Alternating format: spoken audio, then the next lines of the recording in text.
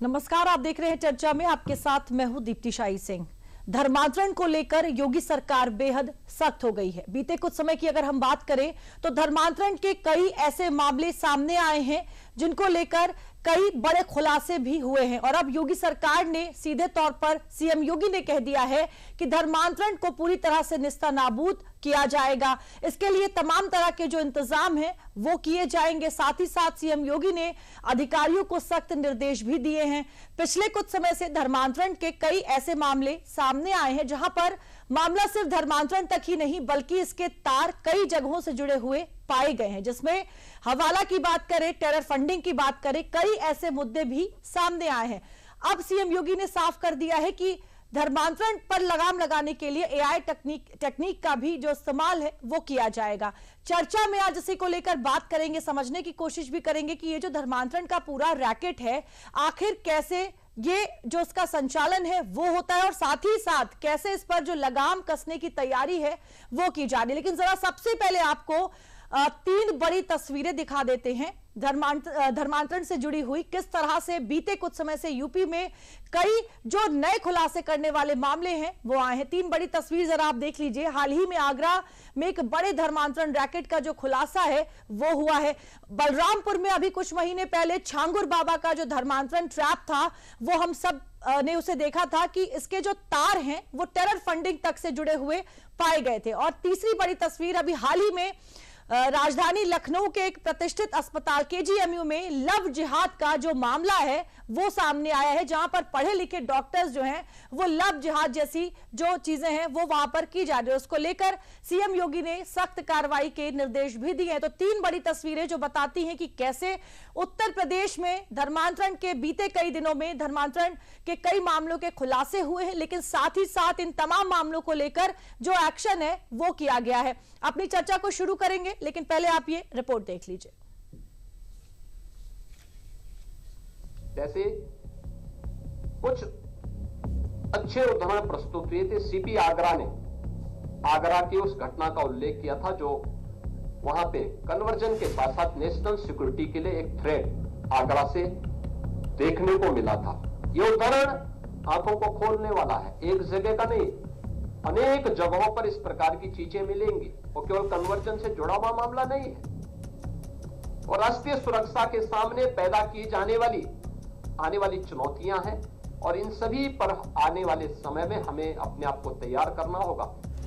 Social media के दुरुपयोग, दुष्प्रचार और साइबर अपराध, आतंकी नेटवर्क जैसी उभरती चुनौतियों पर उत्तर प्रदेश के मुख्यमंत्री योगी आदित्यनाथ ने गहरी चिंता जताई है। सीएम ने पुलिस को ऐसे अपराधों पर नकेल कसने और विदेशी फंड से प्रायोजित धर्मांतरण के नेटवर्क को ध्वस्त करने के लिए आर्टिफिशियल इंटेलिजेंस का भी इस्तेमाल करने के निर्देश दिए हैं। पुलिस मंथन वरिष्ठ पुलिस अधिकारी सम्मेलन 2025 के समापन सत्र को संबोधित करते हुए सीएम ने पुलिस और इंटेलिजेंस तंत्र को निर्देश दिया कि धर्मांतरण के नेटवर्क को निस्तानाबूद किया जाए। सीएम योगी ने धर्मांतरण के खिलाफ कार्रवाई में एआई तकनीक के प्रयोग की बात की। आप भी जान लीजिए कैसे एआई तकनीक की मदद से धर्मांतरण पर रोक लगाई जाएगी। नेटवर्क और फंडिंग को ट्रैक करने के लिए एआई का होगा प्रयोग। सोशल मीडिया पर होने वाली संदिग्ध गतिविधियों पर नजर पैनी की जाएगी। एआई से डेटा और संदिग्धों की जांच करने में पुलिस को मिलेगी मदद। जीरो टॉलरेंस की नीति से धर्मांतरण का होगा खात्मा। साइबर अपराध रोकने के लिए बनेंगे साइबर मुख्यालय। बीते कुछ समय से यूपी में धर्मांतरण से जुड़े कई मामले सामने आए हैं। इन मामलों की जांच में कई बड़े खुलासे भी हुए हैं। धर्मांतरण मामले के तार हवाला, टेरर फंडिंग और यहां तक कि आतंकवाद तक से जुड़े पाए गए हैं। ऐसे में योगी सरकार धर्मांतरण को लेकर लगातार एक्शन ले रही है। यूपी में धर्मांतरण कानून पर योगी सरकार बेहद सख्त है। धर्मांतरण विधेयक में 20 साल की सजा का प्रावधान। धर्म परिवर्तन के खिलाफ कोई भी शिकायत कर सकता है। गैर जमानती अपराध की श्रेणी में धर्म परिवर्तन का मामले की सुनवाई सेशन कोर्ट से नीचे की अदालत नहीं करेगी। आरोपी की जमानत पर बिना अभियोजन पक्ष को सुने फैसला नहीं। विधेयक में 5 लाख तक के जुर्माने का प्रावधान। जुर्माने की राशि पीड़ित को दी जाएगी। सीएम योगी ने धर्मांतरण को एक गंभीर चुनौती बताया है। यही वजह है कि सीएम धर्म परिवर्तन को लेकर कड़ी कार्रवाई की बात कर रहे हैं। यूपी में एक के बाद एक जिस तरह से धर्मांतरण के मामले सामने आ रहे हैं, वो आने वाले समय में न सिर्फ व्यक्तिगत तौर पर बल्कि समाज और प्रदेश के लिए भी बड़ा खतरा साबित हो सकते हैं। इसीलिए ऐसे मामलों पर सख्त से सख्त कार्रवाई की जरूरत है। तो हमारे साथ कुछ खास मेहमान जुड़ रहे हैं। सबसे पहले उनसे आपका परिचय करा दूं। हमारे साथ ज्ञानेन शुक्ला जी हैं, वरिष्ठ पत्रकार हैं। साथ ही साथ मोहम्मद फिरोज खान हमारे साथ जुड़ रहे हैं, प्रबंधक हैं मदरसा संभल से हमारे साथ जुड़ रहे हैं। साथ ही साथ बाल योगी दीनानाथ जी हमारे साथ जुड़ रहे हैं, महंत शेमनाथ तीर्थ संभल से। नमस्कार, आप तीनों का बहुत बहुत स्वागत है चर्चा में।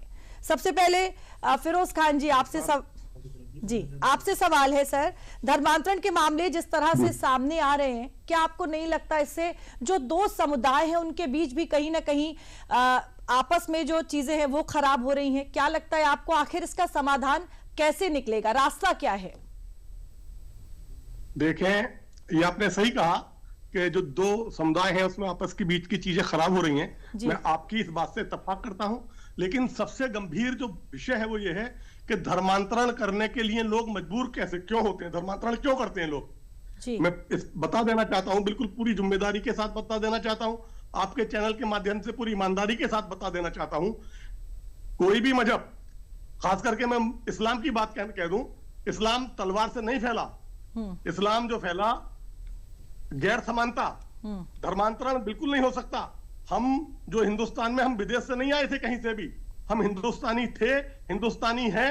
हमारे जो बुजुर्ग, हमारे जो पूर्वज थे, वो मेरा मानना यह है कि वो हिंदू रहे होंगे, इसमें कोई शक की गुंजाइश बिल्कुल भी नहीं है। अब मैं जानना यह चाहता हूं, अगर हमारे पूर्वजों को हिंदुस्तान के अंदर समानता मिलती, बराबरी मिलती, हमारे पूर्वजों को मंदिर में जाने का अधिकार होता, हमारे पूर्वजों को मंदिरों में जाके पूजा का अधिकार होता, तो मेरा मानना यह है कि हिंदुस्तान में किसी भी हालत में, किसी भी कीमत पे धर्मांतरण नहीं होता। हमें धर्मांतरण को रोकने के लिए, धर्मांतरण ना तो ये तलवार से, बंदूक से फैला है और ना ही तलवार और बंदूक से रुकेगा। हमें ये सोचना होगा, गहनता के साथ हमें विचार करना होगा कि इतनी बड़ी तादाद में हिंदुस्तान के अंदर धर्मांतरण हुआ तो कैसे हुआ, इस पर हमें गंभीरता से विचार करना होगा। जो हमारी पुरानी गलतियां हैं उनको ना दोहराते हुए हमें आपस में आपसी सद्भाव, भाईचारा, हमें बराबरी, हमें समानता, हमें जो मौलिक अधिकार हैं वो उनकी, हमें जो है हमारे जो संवैधानिक अधिकार हैं, हमारे जो मौलिक अधिकार हैं, उनसे हमें अगर वंचित नहीं किया जाता तो आज इतनी बड़ी तादाद में, ठीक है, हिंदुस्तान के अंदर किसी भी हालत में, तो इस पर जो है गंभीरता से विचार करें और सोचें कि इसको किस तरीके से रोका जाए। इसको जो रोका जाएगा वो समानता से रोका जाएगा, इसको प्यार मोहब्बत से रोका जाएगा, फिरोज खान जी, भाईचारे से रोका जाएगा। फिरोज खान जी, मैं आपकी बात समझ गई हूं, लेकिन यहाँ पर देखिए जिक्र किस बात का हो रहा है, अवैध धर्मांतरण को लेकर बात हो रही है। यहाँ पर अगर अपनी मर्जी से लोग धर्मांतरण करते हैं तो वो कोई मुद्दा नहीं है। सर मेरी बात पूरी हो जाने दें। मैं यहाँ पर ये कह रही हूं कि जिस तरीके से लोगों को लालच देकर, गलत तरीके से लोगों को फंसाकर, रेट तय करके धर्मांतरण किया जा रहा है, उसके खिलाफ कार्रवाई हो रही है। मैं यहाँ पर उस धर्मांतरण को लेकर बात करी और इसी वजह से मैंने ये बात रखी कि दोनों समुदायों के बीच में जो दूरी है वो बढ़ती जा रही है। हमारे साथ योगी दीनानाथ जी हैं, मुझे लगता है वो बेहतर जवाब दे पाएंगे तमाम इन बातों का। योगी दीनानाथ जी, क्या कहेंगे? क्या आपको लगता है धर्मांतरण, और अब मैं अवैध धर्मांतरण कहूंगी सर, क्या एक बड़ी चुनौती बनता जा रहा है सिर्फ समाज के लिए, देश के लिए, सुरक्षा के लिए भी? हम बिल्कुल आपकी बात से इत्तेफाक रखते हैं जी। आप अवैध धर्मांतरण कहें, और अवैध धर्मांतरण के हम बिल्कुल खिलाफ हैं। ये किसी भी हालत में नहीं होना चाहिए। ये राष्ट्र की एकता के लिए खतरा है, देश की अखंडता के लिए खतरा है। ये किसी भी हालत में, किसी भी कीमत में अवैध धर्मांतरण नहीं होना चाहिए जी। इस पर कठोर कदम सरकार को उठाने चाहिए। हम सरकार का समर्थन करते हैं, पूर्णतः समर्थन करते हैं। एक हिंदुस्तानी होने के नाते हम सरकार का समर्थन करते हैं। कठोर कार्रवाई हो, इनके ऊपर जो है रासुका लगे। और मैंने भी अभी एक धर्मांतरण के खिलाफ प्रार्थना पत्र दिया था, उस पर कोई कार्रवाई नहीं हुई जो एक व्यक्ति अवैध धर्मांतरण कराता है जी। ठीक है, फिरोज जी, बाल योगी जी से भी जवाब ले लेते हैं। बाल योगी जी, क्या आपको लगता है बड़ी चुनौती है ये, जिस तरीके से बड़े स्तर पर धर्मांतरण किया जा रहा है तरह तरह के लालच देकर? देखिए, अगर आने वाले भविष्य में धर्मांतरण नहीं रोका गया तो भारत का सर्वनाश हो जाएगा। भारत को अगर बचाना है तो अवैध धर्मांतरण को रोकना होगा। जी। अगर इसको नहीं रोकेंगे तो जिस प्रकार से हिंदू डेमोग्राफी लगातार चेंज होती जा रही है, आने वाले भविष्य में और अधिक ये चीजें देखने को मिलेंगी। कहीं कहीं स्थितियां डराकर, धमकाकर, बहलाकर, फुसलाकर, इसी के साथ साथ लालच देकर भी धर्मांतरण लगातार कराया जा रहा है। और इसके साथ साथ लव जिहाद नाम की जो चीज है, जो लव जिहाद के माध्यम से धर्मांतरण हो रहा है लगातार हिंदुओं का, हिंदू बहन बेटियों के साथ जो दुराचार हो रहा है, इस पर भी तो बोलने वाला होना चाहिए कोई ना कोई। जब नाम बदलकर आप धर्मांतरण के लिए हमारी हिंदू बहन बेटियों को बहलाते हैं, फुसलाते हैं, आखिर क्यों नाम अपना असली नाम से क्यों नहीं प्रचार प्रसार करते? अगर तुम्हें धर्मांतरण करना ही है तो लीगली तरीके से करिए। अगर जबरदस्ती या बहलाकर, फुसलाकर, नाम बदलकर अगर करते हैं तो ये कौन सा तरीका है भैया आपका? तो अगर भारत को बचाना है तो इसके खिलाफ कानून बनना चाहिए, और हमारे पूज्य महाराज जी बहुत अच्छा कर रहे हैं। इसके खिलाफ सख्त से सख्त कार्रवाई होनी चाहिए। अगर जो कोई भी हमारी हिंदू बहन बेटी को बहलाता है, फुसलाता है, और अन्य किसी भी प्रकार से हिंदुओं को, बहन बेटियों को ही नहीं, अगर किसी भाई बंधुओं को भी बहलाकर, फुसलाकर अगर इस प्रकार का कोई कृत्य करता है तो इसके खिलाफ कड़ी से कड़ी कार्रवाई प्रशासन को करनी चाहिए। प्रशासन अगर इस की कार्रवाई करेगा तो इन लोगों के जो मंसूबे हैं वो कुछ कम होंगे, और आने वाले भविष्य में हिंदुओं को बचाया जा सकेगा। ठीक है, हमारे साथ ज्ञानेश शुक्ला जी हैं। ज्ञानेश शुक्ला जी, जब धर्मांतरण को सियासत के साथ जोड़ा जाने लगे, कई ऐसे राज्य हैं जिनका मैं यहाँ जिक्र नहीं करूंगी, जहां पर पर्टिकुलर कोई एक पार्टी है जो विशेष धर्म के लोगों को अपना वोट बैंक मानती है, यानी कि ये जो वोट बैंक वाली राजनीति है धर्मांतरण को लेकर, क्या आपको लगता है ये सही है? और ये भी एक बड़ी चुनौती की तरह इसे देखा जा सकता है? देखिए, ये पूरे मामले में जैसे जो अभी जिक्र हुआ था कि लव जिहाद या ऐसे मामले हुए थे, खुद केरला में हाईकोर्ट ने भी इसका जिक्र किया था, और उसके बाद से कई सारे ऐसे घटनाएं हुई जहां पर से धर्मांतरित जो थी लड़कियां, उनको ISIS के नेटवर्क तक ले जाया गया, सीरिया तक पहुंचने के कई सारे मामले सामने आए। तो ये सारे मामले थोड़े से चौंकाते हैं। देखिए, हमारे संविधान में सभी को अपनी मन मर्जी के मुताबिक, जो भी उनकी फेथ है, जो भी चाहेंगे वो धर्म का, वैसे मत का वो पालन करने की स्वतंत्रता है, और उसमें कहीं कोई रोक टोक नहीं है।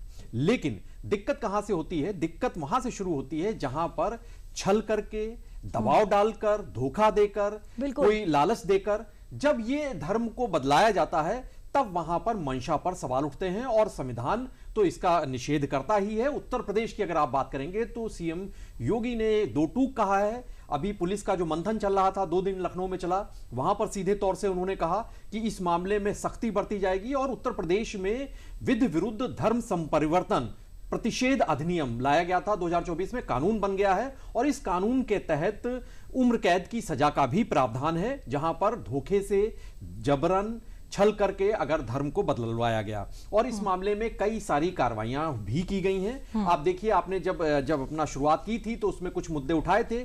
आगरा का मामला था, आगरा में 2 बहनें लापता हुई थी, एक बहन उसमें से वो जो नाबालिग थी। उसके बाद से पुलिस ने शुरुआत में तो इसको एक साधारण गुमशुदगी का मामला माना, लेकिन जैसे जैसे जांच आगे बढ़ी, एक ऑपरेशन अस्मिता लॉन्च किया गया, और तब पता चला कि एक बड़ा नेटवर्क है, और उसके बाद उसको उन लड़कियों को रेस्क्यू किया गया था पश्चिमी बंगाल से। तब फिर वहां से पूरा एक कनेक्शन पाया गया था, और वो धर्मांतरण का एक बड़ा भयावह कनेक्शन था। बलरामपुर का मामला तो है ही सामने, जहां पर छांगुर वाला जो मामला आया था, नीतू बोहरा था, नवीन बोहरा था, नीतू थी, और तमाम ऐसे चेहरे थे। और ये जो ट्रेल थी, ये ट्रेल दरअसल उसमें आतंकी फंडिंग से भी जुड़ती हुई नजर आई थी, और एक ऐसा शख्स जो कुछ समय पहले तक कुछ सामान बेचता हुआ सड़क पर रहता था, वो एकाएक करोड़पति अरबपति हो गया, तमाम आलीशान उसके पास गाड़ियां हुई, और वो जो फंडिंग आई है वो पता चला कि कई सारे जो बाहर के विदेशी फंडिंग भी उसको हासिल हुई थी। तो इन सारे मामलों को लेकर एक सवाल तो उठता ही है, और ये सवाल कानून के लिए भी एक बड़ा दिक्कत की बात है। मुझे लगता है कि जो भी तार्किक तौर से सोचेंगे वो ये मानेंगे कि धर्मांतरण जो है, अपनी फेथ कोई भी मानेगा, जो भी फेथ चाहेगा इस देश में उसका वो पालन करेगा, उसमें कहीं कोई रोक नहीं, कोई टोक नहीं। लेकिन जब छल करके आप बात करेंगे, जब दबाव डालकर, धोखा देकर, जबरन कुछ होगा, तो फिर वो कानून के विरुद्ध होगा, और कानून के विरुद्ध जब कोई भी कार्रवाई होगी तो उसके लिए बाकायदा विधि के प्रावधान है और मैंने उत्तर प्रदेश का बताया ही है, यहां पर बाकायदा कानून है जहां उम्र कैद तक की सजा का प्रावधान है। और अब सीएम योगी आदित्यनाथ ने जिस तरीके से पुलिस मंथन के दौरान साफ किया है कि हम इसको लेकर, इसमें जो फाइनेंशियल ट्रेल है इसमें एनालिसिस की जाएगी बाकायदा, और पूरा जो डिजिटल सिस्टम है उस पर निगरानी की जाएगी। और अभी कई सारे मामले इसी से पकड़ में आए हैं जो सोशल मीडिया के जरिए, ऑपरेशन अस्मिता का जिसको मैंने जिक्र किया था, उसमें पुलिस की टीम ने ही एक उसमें से एक सोशल मीडिया पर डाला और एक इंस्टाग्राम का एक पेज आईडी मिली, आयशा नाम की लड़की चलाती थी, उसका नाम दरअसल एसबी कृष्णा हुआ करता था। और वो फिर ट्रेल से वहां से पुलिस के लोगों ने उस पर बातचीत करनी शुरू हुई, धर्म परिवर्तन की इच्छा जताई, फिर उनकी तरफ से प्रलोभन दिए गए और फिर ये पूरा मामला खुला। देखिए ज्ञानेन जी, पूरे आज की जो पूरी डिबेट है वो इसी मुद्दे पर हो रही है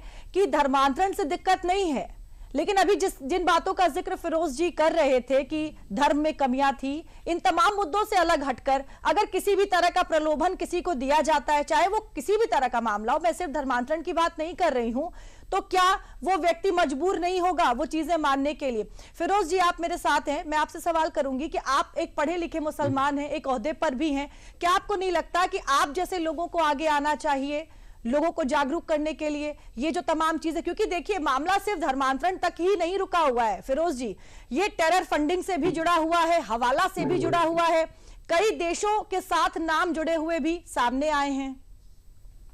देखिए हम आपकी बात से इत्तेफाक रखते हैं। सबसे पहले हमारे लिए हमारा मुल्क है, हमारे मुल्क का कानून है, हमारे मुल्क का संविधान है, हमारे मुल्क की एकता अखंडता है, गंगा जमनी तहजीब है।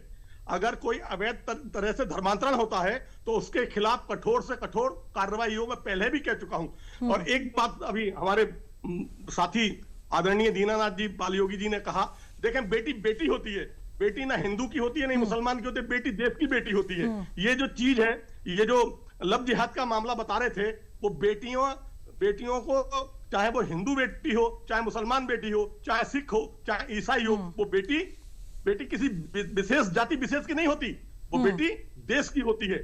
और जब हमारे यहाँ, मैंने फिर ये कहा, इसमें भी समानता होनी चाहिए। लव जिहाद के मामले में हर चीज में समानता होगी, देश को कानून से चलाया जाएगा, देश को संविधान से चलाया जाएगा। तो ये जो आतंकवादी फंडिंग जो बता रही हैं आप, किसी माई के लाल की औकात नहीं है जो हिंदुस्तान में घुस के इस तरीके का हम लोगों के बीच में आगे फंडिंग करे, हम उनको मुंह तोड़ जवाब देंगे। उनकी औकात नहीं हो सकती हिंदुस्तान के किसी भी नागरिक के साथ खिलवाड़ करने की। हम इसमें पूरी तरीके से सरकार के साथ हैं, पूरी तरीके से देश के साथ हैं। अवैध धर्मांतरण के हम पूरी तरीके से खिलाफ हैं।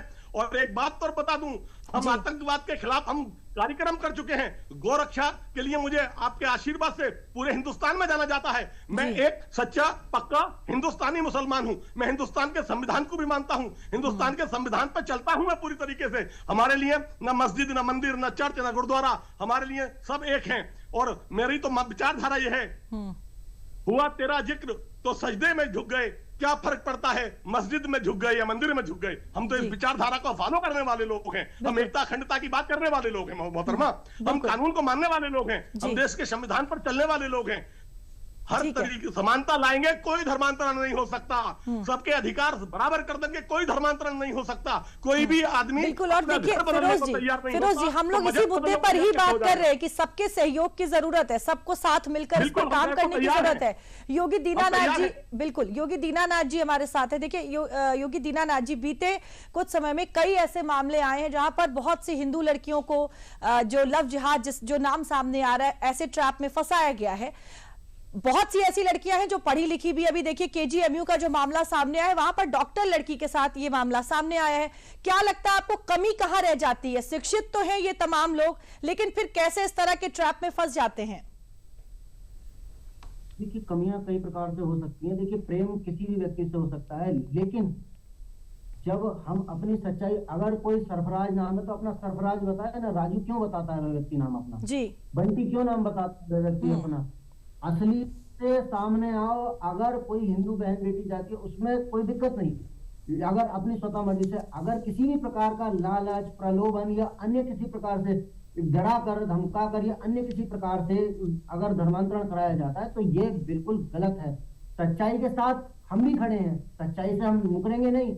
लेकिन जिस तरह से अभी आप गंगा जमुना तहजीब की बात कर रहे थे, अभी कुछ समय पहले हमारे जो मान्य साथी जो हैं वो बोल रहे थे, तो ये कह रहे थे कि हम गौरक्षा के लिए भी कार्य करते हैं और हम इस तरह के भी कार्य करते हैं। ये करते हैं, अच्छी बात है, लेकिन ये अपने साथियों को, अपने मजहब के और लोगों को भी तो समझाएं, ये झांगुर बाबा जैसे लोगों को भी तो समझाएं, और ये जो इस प्रकार के कृत्यों में जो शामिल होते हैं उन लोगों को भी तो समझाएं।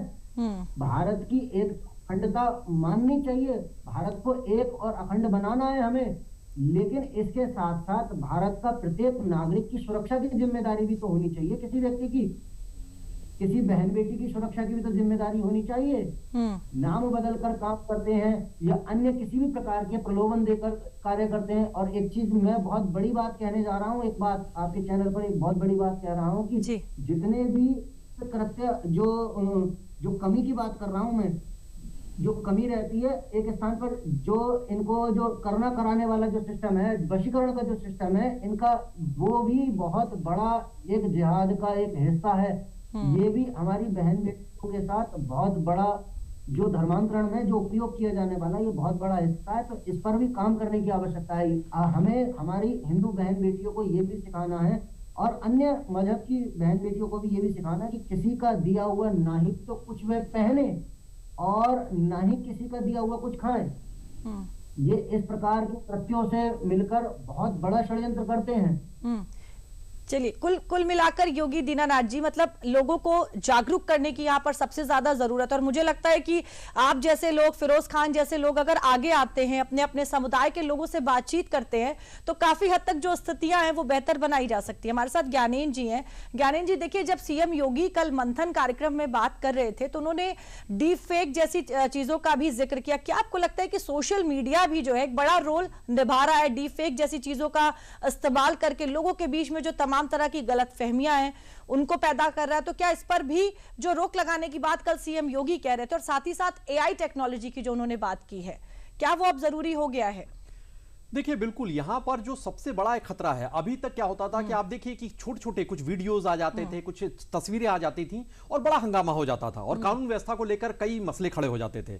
लेकिन अब जब आपने जो डीप फेक की बात की, एआई से जनरेटेड कई सारे वीडियोस तैयार हो जा रहे हैं। आप देखिए, अभी तक तो ऐसे वीडियोस तैयार हो जा रहे हैं जहां पर शेर आ रहा है, किसी को उठा कर ले जा रहा है, और धीरे धीरे लोगों का, जो तमाम बड़ी हस्तियां हैं, उनके तक के ऐसे वीडियो बने जहां पर वो ना सिर्फ उनकी आवाज को भी उसमें डाला गया बल्कि उनके चेहरे को भी पूरी तरीके से दिखाया गया।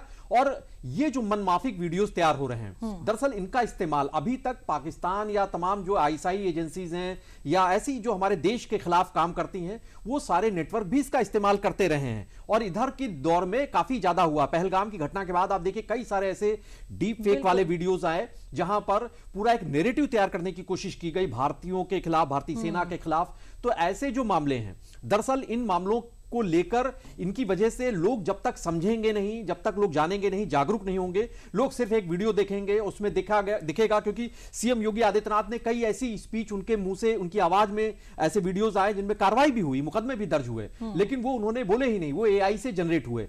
आम लोग तो अभी फर्क करना नहीं जानते हैं कि एआई से जनरेट अगर कोई वीडियो है और असली, उसके बीच का अंतर क्या है। और लोग, हमारे यहां कई बार ऐसे संवेदनशील मुद्दे होते हैं जिन पर लोग उबल पड़ते हैं और कानून व्यवस्था के लिए बड़ी खतरनाक स्थिति आ जाती है। तो डीप फेक जब तक इनके खिलाफ कार्रवाई नहीं शुरू होगी, इनके खिलाफ एक मुहिम ऐसी होगी जहां पर तंत्र करेगा, पुलिस करेगी, लेकिन उसके साथ ही समाज को भी जागरूक होना पड़ेगा।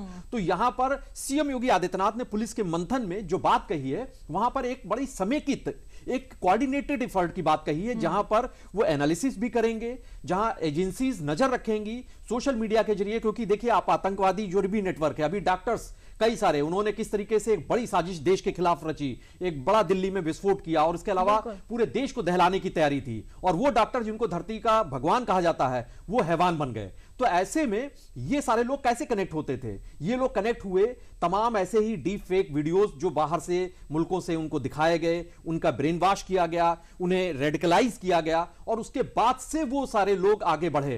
तो यहां पर इनका सबका, जब एक बार सीएम योगी आदित्यनाथ ने जो बात कही है कि हमारी एजेंसीज, पुलिस फोर्स इसके लिए इस्तेमाल करेगा एआई टूल का, वो एनालिसिस करेंगे, नजर बनाए रहेंगे, निगरानी होगी कि सोशल मीडिया से कोई भी ऐसी गड़बड़ियां ना होने पाए, तो मुझे लगता है कि तमाम घटनाओं पर रोक लगेगी। उनमें एक धर्मांतरण का मुद्दा भी शामिल होगा अवैध तौर से जो धर्मांतरण हो रहा है। बिल्कुल फिरोज खान जी, देखिए 2021 में धर्मांतरण को लेकर कानून आया था, 2024 में इसे संशोधित किया गया, तो कुल मिलाकर यूपी में कानून जो है बेहद सख्त बनाए गए हैं इन तमाम चीजों को लेकर।